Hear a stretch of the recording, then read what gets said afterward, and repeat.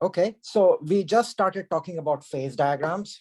So let me recap what we did last time. Last time we spoke about the concept of a phase.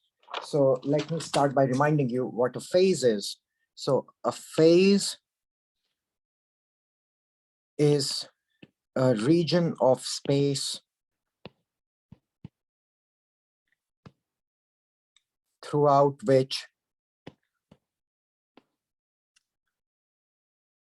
all properties of a material or chemical, whatever you want to call it, are uniform. By properties, I mean physical and chemical properties. I mean things such as density, refractive index, magnetic moment, etc. So you could have pure copper or pure iron, and it could be solid, and yet it could still be two different phases, because you could have, for example, two different crystal structures. Or you could have a liquid, and the liquid could be two different phases. For example, think about oil and water. They do not mix with each other. So you form two phases. The oil comes and floats on the top, and the water does not float. Now, but you could also imagine two liquids where they actually mix with each other properly, and you have only one uniform phase. So you have to really see whether the properties are the same or are they changing. So this was our definition of phase. And the number of phases in a system are denoted generally by P. Okay.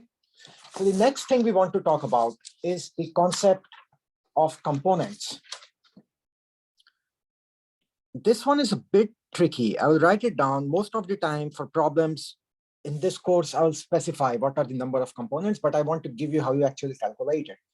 So I want to describe how you calculate it here, but in exams and in homeworks, I will normally specify what are the number of components. So a component is a chemically independent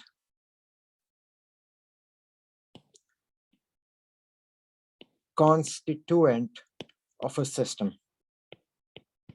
So that sounds harmless enough, right? Why should it be hard to calculate the number of components, which we are going to denote as C?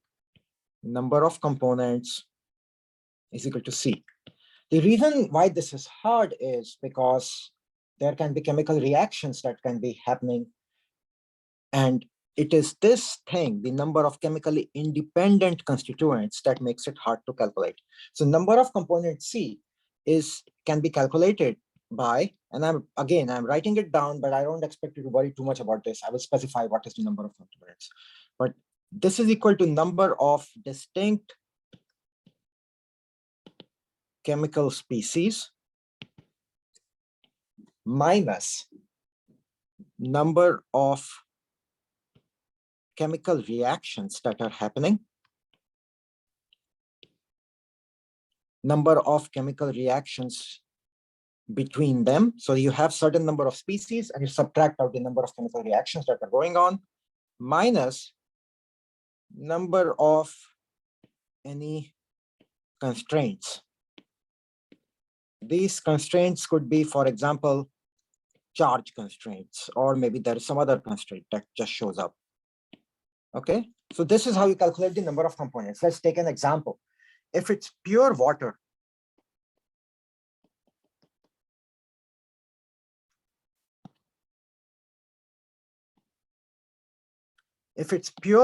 with no chemical reaction going on, so if you have pure water, then the number of components, what is the number of independent chemical species?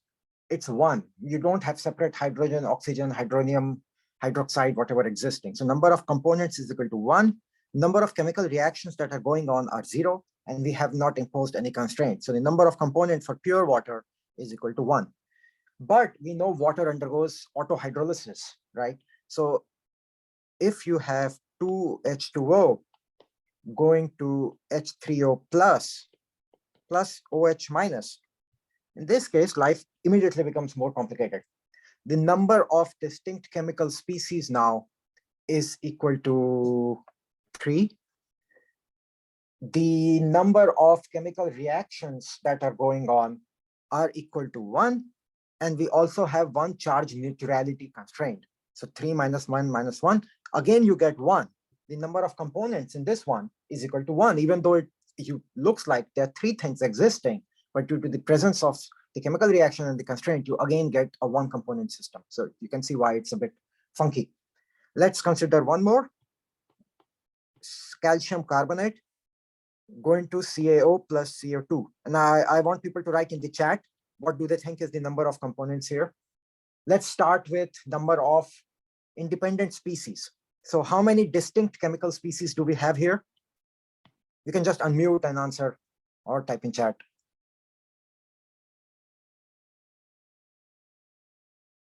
3, correct. How many chemical reactions do we have? 1. Do we have any other constraint? No. So in this case, it is a 2-component system. Okay, so this way you can calculate the number of components. In your research, you will probably come across, because real life rarely happens with just one species. In your real life, you have in your research, you have a formula how to use it. In this course, I will tell you what's the number of components. Okay. Is there a reason we define the components this way? Like, why do you suddenly decide? It's convention. Okay. It's convention. It will affect finally Gibbs phase rule. So you could define it. You could remove the number of constraints from here, and then your Gibbs phase rule, which is what we are really aiming for, that will have a different number. So it's just a convention. Yeah, but why are you considering reactions and constraints? But like that doesn't make sense to me. Like why is that intuitive that's why is it? If you had a reaction going on, things are no longer chemically independent. Component is defined as number of chemically independent constituents. So you have to take reactions into account. If you have charge constraints, if you have charge limitations present, they are no longer chemically independent. So there is no why here. I'm defining, I mean, it sounds like a boring answer, but I'm defining component for you. Component is defined this way. So to get philosophical, there is no intuition. This is the definition of a component. This is how it's defined. Okay, it's the lamest answer I can give, but that's what it is. This is how we define component. When there is no chemical reaction, it's very simple to think it's number of chemically independent species. And their chemical reaction, you divide. I know it's a really, really boring answer. That's what it is. It's the definition. Now, before we get to Gibbs phase rule, we have to think a little bit about. So now we get back to the territory where you can again start thinking a little bit. We will start to think about how to define equilibrium for phases. Okay, let's do that.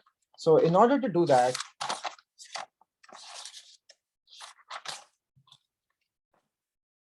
so what we want to do next is to let's express second law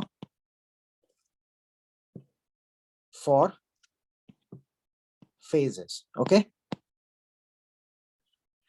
and as we do this, why we define components this way will also start to become clear to you. And if it really bothers you, just stick with one component for a while, develop intuition for one component, and then come back and see, does it make sense? Okay, so keep developing your intuition for one component. 2 component will become clear. So let's express second law for phases. So what do I mean by this? Let's say we have a box in which we have 2 phases, alpha and beta. Okay, and suppose these 2 phases both have some chemical species I. Okay, where I can take the value 1, 2, 3, whatever. So if, and let's say it goes up to K, capital K, okay? If no chemical reaction or no other constraints, no other charge constraints, then this is a K component system, okay? So the thing is basically made up of atom 1, maybe those look like black little dots over here, you know, so this is our atom 1, species 1, both sides have species 1. In addition to that, let's say you have species 2, which looks like green dots. Okay, so we say this is a 2-component system, and we ignore charge and things like that. If charges were happening, it becomes complicated, and then you have to think about it's actually, yeah. So so for now, don't worry about charges. Just, there is no chemical reaction going on. There is no charge constraint. So this is a k-component system. So here is equal to species 1, and this green is equal to species 2, ... and you have many other species like that. Okay, so this is a k-component system. Now let's just focus on one of them. Let's focus on I equal to 1. Okay, let's look at just one species. And at constant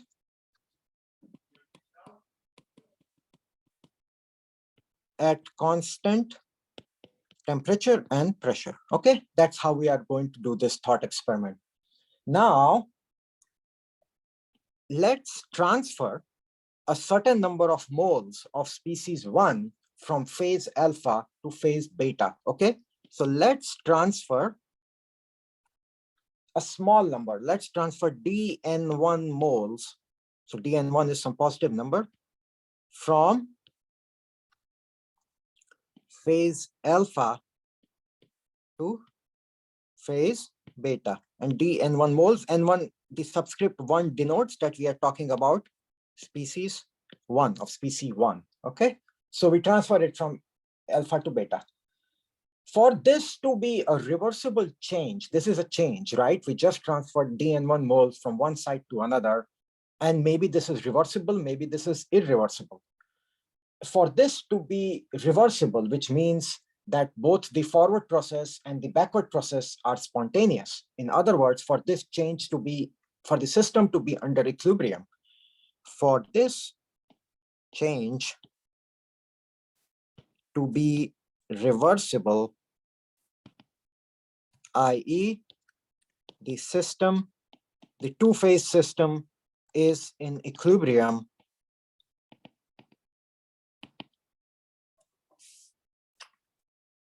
we know it's working at constant temperature and pressure, so our spontaneity condition will come from dg, right?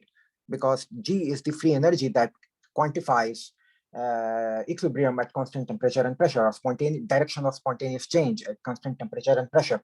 If we were talking about constant temperature and volume, we would have used dA. It's a similar idea. So dg must be equal to 0. Okay, where is dg coming from? dg is coming from dg of phase alpha plus dg of phase beta, right? The dg of phase alpha plus dg of phase beta must be equal to 0 for this to happen. What do we know about dg? dg is given by vdp minus sdt plus mu dn. We are talking about a constant pressure process and a constant temperature process. Therefore, in this case, dg is equal to mu dn. Okay, so let's go to next page and continue from this idea. So we have dg alpha plus dg beta is equal to 0. Let's call this equation 1. And dg is equal to mu dn at constant t and p. Okay, equation 2. So let's put 2 in 1. Let's put equation 2 in 1. What do we get? Equation 1 was dg alpha plus dg beta is equal to 0, and equation 2 was dg is equal to mu dn. Okay, so what do we get? We know the value of dn. We know the value of dn for phase alpha is plus dn1. So for the value of dn for phase beta, because we took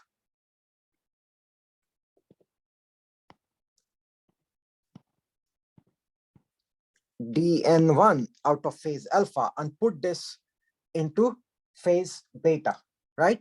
So the value of dn for phase alpha is going to be minus dn1 because it lost something, right? So this equation becomes mu1 alpha multiplied by minus dn1, okay? Because phase, we set dn1 to be positive. So the change in dn, the value of dn for phase alpha The value of dn1 for phase alpha is, well, yeah, you see my point, hopefully. So this is mu1 alpha multiplied by minus dn1, and phase beta gained that same thing. So this is going to be plus dn1, and dg is equal to 0, therefore this is equal to 0. Or minus mu1 alpha dn1 plus mu1 beta dn1 is equal to 0. Equation 3 is true for any value of dn1. It does not matter what value of dn1 do you take. Equation 3 should be true for equilibrium to exist. It should be true for all values of dn1. That can happen only if, that is, so minus mu1 alpha plus mu1 beta multiplied by d1 and dn1 is equal to 0 is true for all values of dn1. That can happen only if this thing is equal to 0 on its own, right? This is how we do linear equations, right? When you must have seen this at some point in your chemistry or physics, equations like this. Therefore, minus mu1 alpha plus mu1 beta is equal to 0, or mu1 alpha is equal to mu1 beta. What have we just shown? We have shown that if two phases are in equilibrium at constant temperature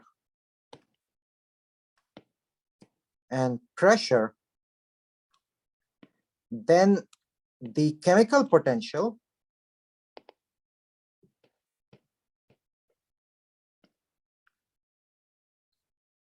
for every species, we showed this for species number 1, but there is nothing special about species number 1, right? We could have done it for species number 2.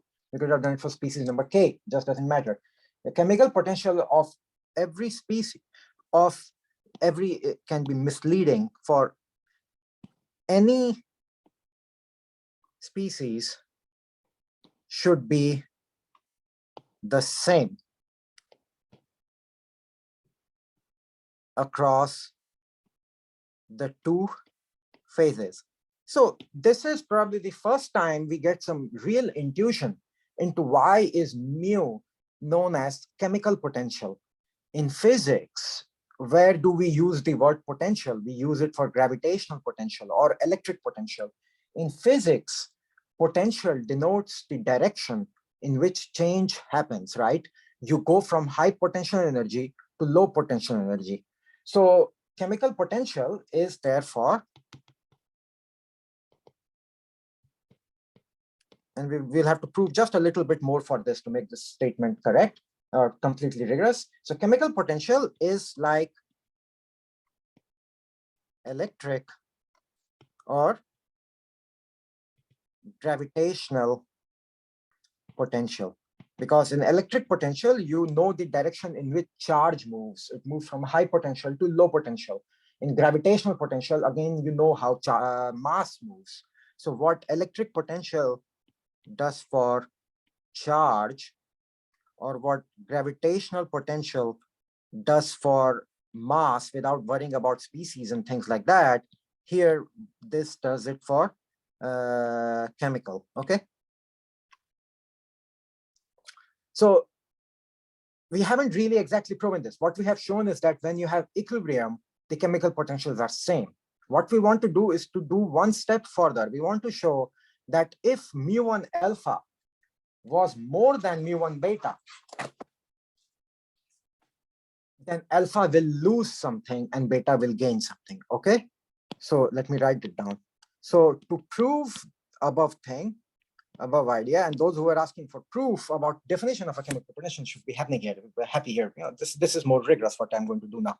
That component, sorry, when we talked about component, that was just a definition. So to prove above statement that chemical potential gives the direction in which chemicals move, or chemically independent species moves, let's assume mu1 alpha is more than mu1 beta. So what do we want to show? we want to show that if mu1 alpha, we want to show if above is true. By above, I mean this thing.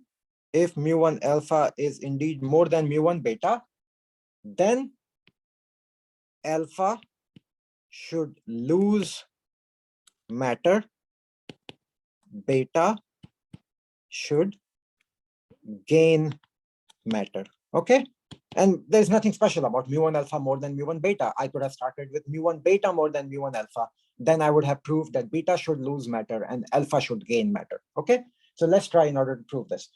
Let's try to prove this. So mu1 alpha more than mu1 beta implies that minus mu1 alpha plus mu1 beta is less than 0, right? I take this thing and I bring this to the right-hand side. So it becomes minus mu1 alpha. Minus mu1 alpha plus mu1 beta is less than 0. So let's multiply this thing with dn1, both sides, okay?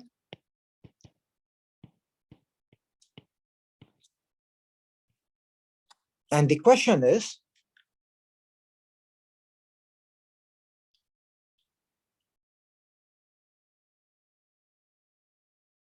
actually, let me do it slightly more. This will be confusing. Let me go from a slightly different direction. So we want to show that dg is negative if dn1 is negative, right? If mu1 alpha is more than mu1 beta, we want to show that dg is negative if you lose something from phase alpha and it goes to phase beta. Okay, so let's calculate dg. dg, once again, is vdp minus sdt plus mu dn. We are talking about constant pressure and constant temperature, so these two things are 0. Therefore, dg is going to be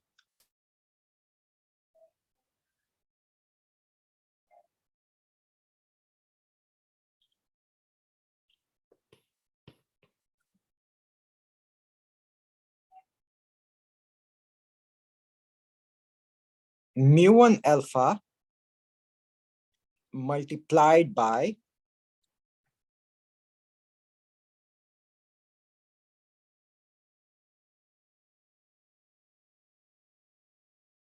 some quantity minus dn. I have to proceed carefully because this is like minus multiplied by minus sign stuff. Okay, so if this is the part where if it's I am making a mistake or something is not clear, please interrupt. Okay, so we are talking about the case. We want to show that if phase alpha, we want to show that if our phase, so we have mu1 alpha more than mu1 beta, and we want to show that this thing loses dn, and we don't really have to worry about 1, right? We could do it for other chemical species also. So if it loses dn1 and it goes, if dn1 goes to the other side, okay, so we have mu1 alpha multiplied by minus dn1, okay, because that is what phase alpha lost. It just lost dn1 space amount of moles, and what it lost was gained by phase beta. So this becomes plus dn1, okay, and this itself is minus mu1 alpha plus mu1 beta multiplied by dn1, okay, because both sides have dn1. You have total law of total conservation of mass, so I can write it as minus mu1 alpha plus mu1 beta multiplied by dn1. But I just showed that we are working in the premise, we are working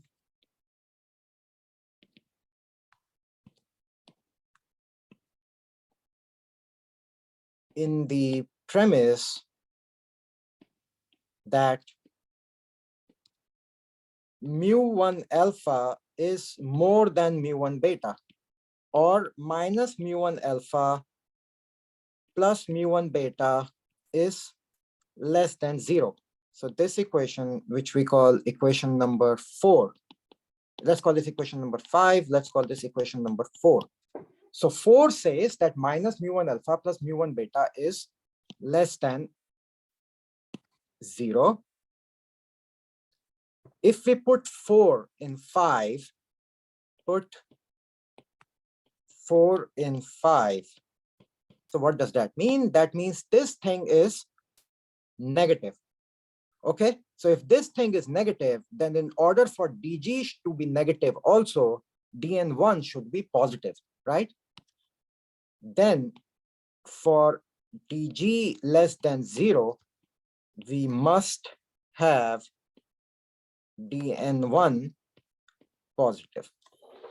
So it looks like it's some super complicated math proof, but if let's go through it once again, and you'll see it's really, really simple. So we said that we are working under the condition that mu1 alpha, the chemical potential of species 1 is higher in this phase alpha, which is this left side, than the phase beta, which is the right side.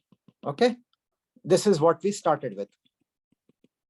So then we want to show that, let's say dn1 number of moles of component 1 went from alpha to beta, and we don't know whether dn1 is positive or negative. We want to show that dn1 is positive, which means that species move from high chemical potential to low chemical potential, that this should be the direction of spontaneous change. So we calculated the value of dg. Since p and t are constant, dg is equal to mu dn. So we got dg is equal to, so this gave us dg is equal to mu dn, and then we wrote down the value of mu dn. It comes from mu1 alpha. We just lost dn1. Again, it's confusing, or at least I get confused when I think about it, because dn1 can be positive or negative.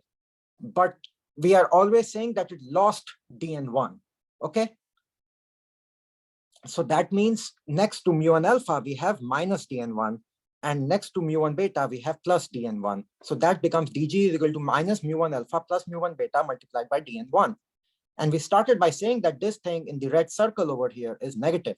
So for dg to be negative, dn1 must be positive, which means that our premise was correct, that our intuition was correct, that species move from high chemical potential to low chemical potential.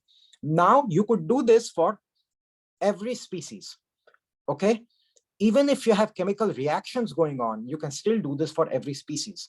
The reason why we defined components in that particular matter, where we subtracted the number of chemical reactions, will become clear when next class we talk about number of degrees of freedom. So next class, what we are going to do is to use this idea that, so we learned two things today. First of all, that if you have phases existing at equilibrium, if you have phases existing at equilibrium between different components, phase alpha is made up of k components, phase beta is made up of k components, and they are both in equilibrium with each other, then the chemical potential for every single component, every single species must be the same, okay, across the two phases. Then we showed that if the chemical potential is higher in one phase, then that particular species will move from phase alpha to phase beta. And it's natural to get confused, because I defined component as species minus chemical reaction. In the remaining part of this semester, I'm not going to worry about it. I'm going to assume that chemical component is equal to number of chemical species. Okay, so let's not fixate over that point. We'll ignore that there is a chemical reaction going on, because when we do give phase rule, it will become clear that you just have to subtract out the number of constraints. Okay, any questions about this?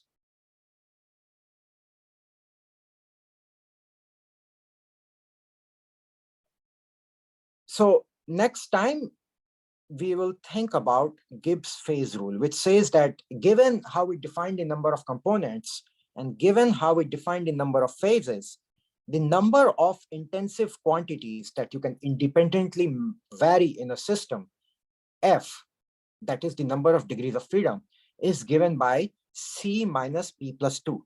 And this rule is very, very important because this is what allows us to really construct phase diagrams and think about phase boundaries.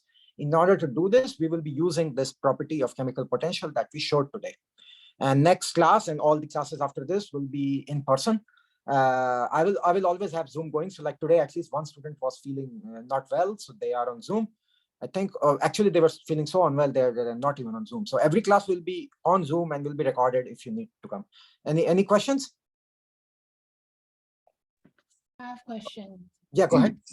So underneath the equation 4, you said we want to show that dg is less than 0 if dn1 is less than 0. And then Yeah, that was the mistake. okay. Right. Yeah, you're absolutely correct. If n1 loses, if yeah, very good point pointing it out. If phase alpha loses material, better now?